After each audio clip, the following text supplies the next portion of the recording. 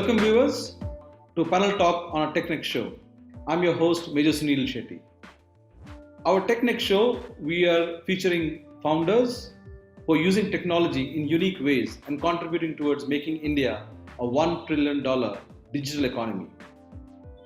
Joining me today are three eminent guests from the Telangana AI Mission. Our first guest is Salome Debral, co-founder of Vertox Labs. Second guest is Anil Nela, founder of Saket. And my third guest is Sikandar Reddy, co-founder of Coral Innovation. Welcome, ladies and gentlemen. Welcome to the show. Thank you. Thank you. So let's start with brief introduction about your startups. What do you do? Salome, let's start with you.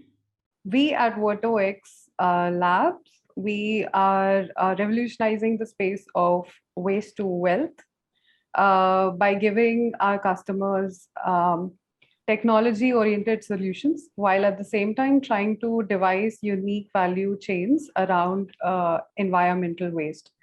So we say that we are revaluing environment waste, which generally tends to be outside the gambit of waste management guidelines and laws as of now. At the moment, we are working with a lot of agro waste, and we are trying to build some supply chain interventions around that so that unique products can be designed out of that. Coming to you, Anil, tell us about Sanket. And by going by the name, it looks like something to do with voice. Yes, Saket is about voice technologies. Over the past year, you have seen that digital communication has been critical to everyone. And seeing that, the current technologies are missing out on a lot of stuff which wasn't available because of, lack of the data and the AI aspect of it. What we do at Saket is to take the voice, the communication, try to get to the depth of each communication, like, the tone of the conversation, the intensity, the mood, the urgency in the conversation. When you translate the voice to text, it gets lost once you change voice to text, and you lose the depth of any conversation. So people kind of lose the human element of that conversation. Some come out as, as a positive conversation. Somebody has a different perspective on the same conversation.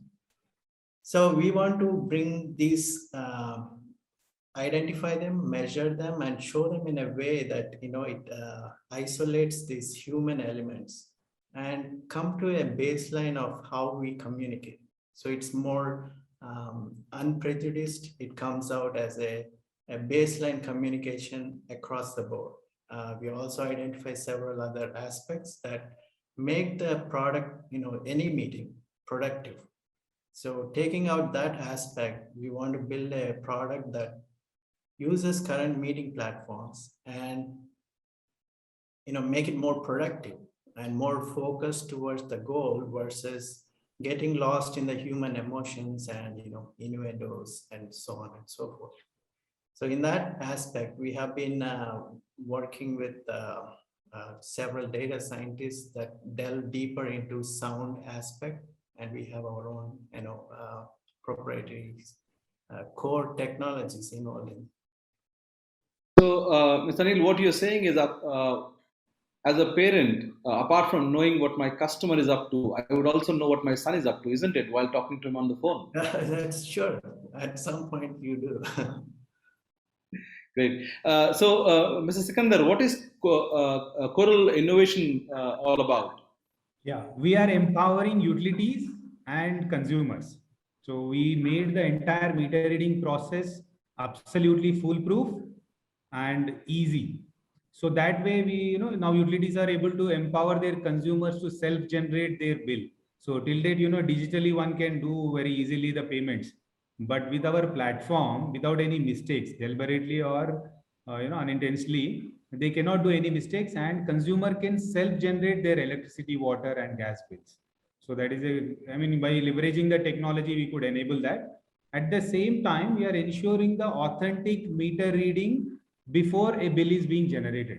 So that is again first time which we could bring to the table, where 100% all the revenue leakages can be absolutely fixed.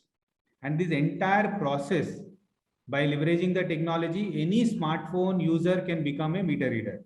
So by leveraging this aspect, so entire that billing cycle can be completed in a minimum span of time. So which will have a significant impact for the utilities, as well as consumer will get a lot of insights, by involving himself into the meter reading. Coming to you, Solomi, we had heard about technology, coming into waste management or recycling. Now we're also talking about AI. Tell us how AI is playing a role, and what kind of scope do you see in what you do? So for us, I think the issue is specific to the agricultural sector. We do sort of expect AI, IoTs, and those technologies to play a greater role in supply chain. But there's another aspect where your waste is not mapped. So in terms of crop residues, what I expect is mapping of unique sets of growth patterns, crop patterns, and then mapping the kind of residues that are generated in certain areas, and then matching it to the demand, the market demand in those specific spaces. The issue right now is, as I foresee, is we do know what sort of crops are existing, but there is a dearth of information in terms of or lopsidedness towards the drive towards energy utilization of the crop residues. So these are channeled only into, let's say, briquettes. They're channeled into biofuels, but there are slightly carbon neutral ways of utilizing this particular value chain. So for us, I think that's the first step, the baseline to set and sort of create a mapping of Indian specific needs, match it to the kind of waste generation that is happening. Another important product that I've non-existing product at the moment is the waterways that are there in coastal areas are being subject to a lot of invasive weeds, aquatic weeds specifically. So what tends to happen is that obviously that's a very manual intensive operation. It's time intensive. What we are trying to do is we are trying to see if we can sort of extract those weeds and then create a completely new value chain around that. And so that gives us an identification of what sort of, so this is like an interconnected system where the information about water feeds into the possibility of what kind of aquatic weeds are coming into the picture.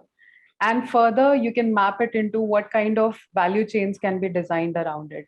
So it is a bit complex, but what we want to do is sort of play around that water to natural resources chain, and then make a sort of supply chain out of those aquatic weeds. Right now, nobody is doing that on ground. There are small, decentralized and distributed ways of dealing with waste at very local scales. We want to take that to the next level. And then obviously, like I mentioned previously, in terms of crop residues, we want to include those and the weeds together and see how those can make unique, innovative products which could possibly get into regenerative agriculture or get into some kind of a consumer value addition. So I think it's a matter, like I said, mapping is quite important. That is what we are doing right now using AI. And our AI technology specifically to the problem of aquatic weeds is trying to match the weather patterns to the water quality, which is another sort of a data structure that is being created around the health of water resources in our country. Sikandar, how is it, what has been, what kind of advantage you've had with your association with Telangana AI Mission for your startup? It's very in an initial stage, but we foresee that effectively our strengths can be really, I mean, that the government connect and access to some of the data and the contacts, networking. So that way we are optimistic that, it would be very, very useful platform. Mentor connect yet to happen. So that shortlisting happened. So we are eagerly waiting for much to happen actually. Anil, during the lockdown, how did you use your technology to, get your work done? Like everybody else, it was a shocker not to meet people in person, but eventually everyone has to do with what they have. The immediate need was to communicate effectively. So as you have seen, like earlier days, there was a lot of miscommunications, miscoordinations, like having meetings when there was no need. It could have been email. There was a lot of confusion going around how to effectively turn our life around um, these Zoom meetings. Also, wasn't it a good opportunity for Sanket to, analyze all the talks that were going on and come up with some case studies? Yeah, it's true, but I know we actually are very early, but the idea, the formation happened after COVID. So 8 months into the COVID pandemic is when we started to realize that there is some kind of potential or room to improvement for this technology to grow. So what happens is, through the meetings, the meetings has always been ineffective in the sense that most people think meetings are useless. To come to a conclusion that now it has increased like 10 times. So the wastage of time, if you look collectively, we waste a lot of time going through the same issue, same task again and again. So there must be something that we are missing as a group that we are not able to put a finger on. So that's where the concept came through, and we had the talent, the people that were willing to work and put in the effort to come up with a technology that put a number to all these. Given a task, right? It is irrational. Like it's very rational work, but you put in a human, it becomes irrational. The same task takes 1 hour for one person, 1 day for another. If you look at it, there must be some hint there hidden that shows that it could take more than what he's saying, right? The time aspect of it. So we want to put, identify those issues, organize them, and display them in a way through analytics, so that the project manager, whoever running the show, would actually be able to say, okay, there seems to be some kind of problem that's going to crop up in a day or two because of this. So it avoids repetitions, the pre-meeting and post-meeting tasks, like, who should I invite? Who should I invite to what should we be talking? How much time should we be talking? And after we talk, what happens to all of this transcript, right? Again, the person had to sit down and go through all that. So we wanted to come up with a tool that does it. Because of AI, we have so much data available right now that we could, have a better solution than just coming up with voice to text translation. We want to bring the depth to the entire, the meeting structure. So we don't have to waste so much time sitting around in front of the camera. Salome, isn't what is right? I mean, what is the correct one? You cannot take out human being from technology, or doesn't matter how much technology evolves, human will behave the way they behave. I think I'll go with the latter.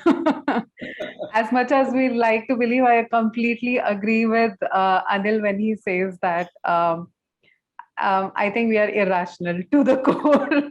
And there's a certain sense of, I guess, vulnerabilities and a layer of just being messed up. So I feel like there is no technology without human beings. And there is no use of talking about technology without any sort of people-centric focus. It's well and good to have amazing technology that could do, crazy things. But when you put it into the hands of people, that's when, you do realize what the artificial intelligence combined with the human intelligence, what sort of a mishmash does that create? So I think I'll rest my case right there. Thank you, lady. Thank you, gentlemen. Thank you for joining us, and we hope to see you again on our Founder Talk show. We're looking forward to hosting you on that show. Thank you very much.